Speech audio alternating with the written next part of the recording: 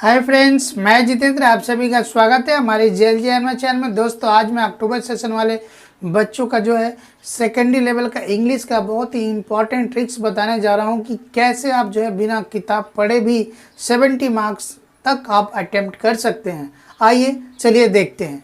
सबसे पहले बात मैं बोलना चाहता हूं कि सेकेंडरी लेवल का जो इंग्लिश का पेपर है वो किस तरह से आता है, पेपर का पैटर्न ही क्या है, उसे मार्क्स का जो है कंट्रीब्यूशन कैसे है। चलिए, सबसे पहले बात मैं ये बोलना चाहता हूँ कि पेपर में 4 सेक्शन होते हैं। Section A, section B, section C and section D, यानी 4 सेक्शन होते हैं। 4 सेक्शनों का जो है मार्क्स ऐसे डिवाइड है। आइए देखते हैं। सेक्शन ए में जो है मार्क्स बिटवीन 15 मार्क्स का होता है। सेक्शन बी जो है मार्क्स 25 का होता है और सेक्शन सी जो है उसका मार्क्स होता है 30 एंड सेक्शन डी जो है मार्क्स 30, यानी 30, 60 इधर हो गया आपका 30 और 40, यानी 60-40 यानी 100। यानी सेकेंडरी लेवल का इंग्लिश का जो एग्ज़ाम है वो 100 मार्क्स का आता है, क्योंकि इसमें प्रैक्टिकल नहीं होता, इसलिए थ्योरी 100 मार्क्स का पेपर होता है।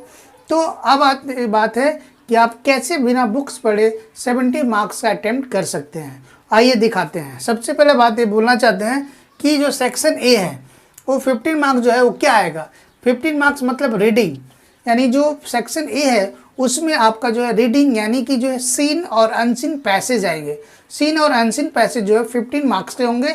वो 2 या 3 पैसेज आएंगे जिसको आपको उसमें से फाइंड करके आंसर, दिए हुए क्वेश्चन का आंसर लिखना पड़ेगा। तो बहुत ईजी है। अगर आप इसको सीन अनसीन बहुत सारा, कम से कम 5 ईयर का जो है प्रीवियस ईयर का पैसेज जो है प्रैक्टिस कर लिए हैं तो आप आराम से ईजिली आप कर सकते हैं।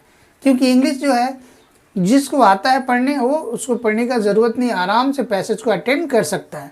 तो ये आपका जो है फ्री का मार्क्स हो गया, यानी कि आप सीन अनसीन पढ़िए, क्वेश्चन आंसर दीजिए, 15 मार्क्स मिल जाएगा। ये आपको जो है बिना बुक्स पढ़े, यानी बुक्स का ये नहीं है, ये आपका रीडिंग पैसेज आएगा। कोई भी पैसेज देगा वहाँ पर क्वेश्चन आंसर उसको अटेम्प्ट करना। अब आते हैं सेक्शन बी। ये जो सेक्शन बी है सेक्शन बी में इसका मार्क्स होता है 25। इसको बोलते हैं राइटिंग पोर्शन। सेक्शन बी को बोलते हैं राइटिंग, सेक्शन ए को बोलते हैं रीडिंग पोर्शंस, और सेक्शन बी को राइटिंग, एंड सेक्शन सी को बोलते हैं ग्रामर पोर्शन, और सेक्शन डी को बोलते हैं लिटरेचर। तो आइए सेक्शन बी में देखते हैं, जो कि राइटिंग पोर्शन दिया, यानी कि इसमें आपको 3 चीज़ मिलेगा। एक होगा लेटर, एक होगा डायलॉग, और एक होगा जो आपका कन्वर्सेशन या पैराग्राफ, यानी 100 वर्ड का एक पैराग्राफ लिखना होगा, या एक लेटर होगा, वो इनफॉर्मल हो या फॉर्मल लेटर हो, वो आपको लिखना पड़ेगा। एक होगा डायलॉग, और ये दोनों यानी 3 चीज़ जो है आपको लिखना पड़ेगा राइटिंग पोर्शन में। तो ज़्यादा से ज़्यादा आप एडिटर का और रिलेटिव्स का जो है लेटर प्रैक्टिस कर लीजिए, और साथ ही साथ डायलॉग जो है 2 कन्वर्सेशन का जो है डायलॉग आपको अपने वर्ड में उसको इनडायरेक्ट चेंज करके लिखना पड़ेगा। तो ये भी आसान है, ये भी बुक्स का नहीं है। आपको पढ़िए, प्रैक्टिस करिए, आराम से लिख सकते हैं। ये जो है उसके बाद आता है सेक्शन सी, यानी कि मार्क्स 30 ग्रामर पोर्शन, यानी सेक्शन सी में ग्रामर पोर्शन जो कि 30 मार्क्स का होगा। ये भी बहुत ही इंपॉर्टेंट है। इसमें भाई फ्री का मार्क्स, अगर आप प्रीपोजिशन, कंजक्शन, और इसमें जो है ग्रामर, वर्ब का तीनों फॉर्म, टेंस अगर आपको नॉलेज है तो आप जो है ये 30 में आप 29, 28 ला सकते हैं। तो दोस्तों, मैं बोलना चाहता हूँ कि ये 3 पोर्शन करने के बाद सेक्शन ए, बी, सी, ये 3 पोर्शन जो है आपका अभी तक कोई बुक से रिलेटेड नहीं है, यानी कि अब ये 3 पोर्शन अगर अटेम्प्ट करते हैं तो आपका मार्क्स हो गया 70, यानी 70 मार्क्स का अटेम्प्ट जो है बहुत इजीली कर सकते हैं, क्योंकि ये 3 सेक्शन में आएगा। 3 सेक्शन में रीडिंग, राइटिंग और ग्रामर पोर्शन जो है आप अटेम्प्ट करके आराम से 70 मार्क्स का कर सकते हैं। तो दोस्तों, आप ज़्यादा से ज़्यादा जिसका पढ़ाई या सिलेबस कंप्लीट नहीं हुआ है, जो चाहते हैं कि किसी तरह पास हो जाए, तो आप इस पैटर्न को अगर अपनाएंगे तो आप पास हो सकते हैं। तो यानी कि ये 3 चीज़ जो है, अब ग्रामर में क्या क्या आएगा। ग्रामर में आएगा आपका प्रीपोजिशन, उसके बाद आएगा वर्ब को पहचानना है, कौन सा वर्ब क्या होगा, उसके बाद आर्टिकल, प्रीपोजिशन, ये तमाम चीज़ें आएंगे। उसके बाद जो है आपका राइटिंग में बता दें रीडिंग, और लास्ट होता है जो सेक्शन डी, यानी सेक्शन डी ही वाइटल है, यानी जो 30 मार्क्स आएगा वो लिटरेचर यानी कि आपका बुक्स है।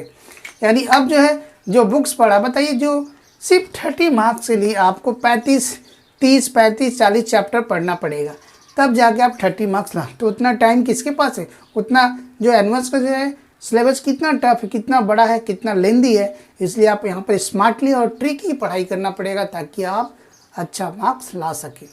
तो आप जो है थोड़ा मोड़ा इसमें इम्पॉर्टेंट 1-2 चैप्टर पढ़ लीजिए, 5 चैप्टर पढ़ लीजिए, उसमें से अगर आया तो ठीक, नहीं तो लिटरेचर पे ध्यान नहीं देना, नहीं सेक्शन डी का आपको ध्यान नहीं देना है। सबसे पहले आप सेक्शन ए, बी और सी को अटेंड करना है और अच्छे से करना है। और एक बात है, जो सेक्शन सी में ग्रामर पोर्शन में एक आता है जिसमें आर्टिकल भरना है, वो आपका 5 या 7 मार्क्स का आएगा, 10 मार्क्स का भी आता है। तो इसको आप अच्छे से करना, क्योंकि इसमें ए एंड द विथ ये सब भरना है प्रीपोजिशन की तरह। तो आप अगर अच्छे से पढ़ के करिएगा तो पूरा का पूरा मार्क्स, इस सब में मार्क्स कटता नहीं है।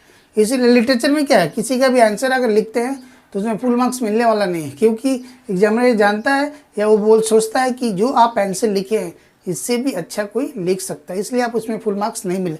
लेकिन ग्रामर पोर्शन उसमें फुल मार्क्स ही मिलेगा। तो आप इस पर ज़्यादा फोकस करें, सेक्शन ए, बी और सी।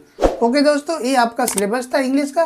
कल आप लोग का एग्ज़ाम है, अच्छे से दीजिए, अरे पूरे पेपर का अटेम्प्ट करके आइए। ओके दोस्तों, बाय, मिलते हैं नेक्स्ट वीडियो में। जय हिंद।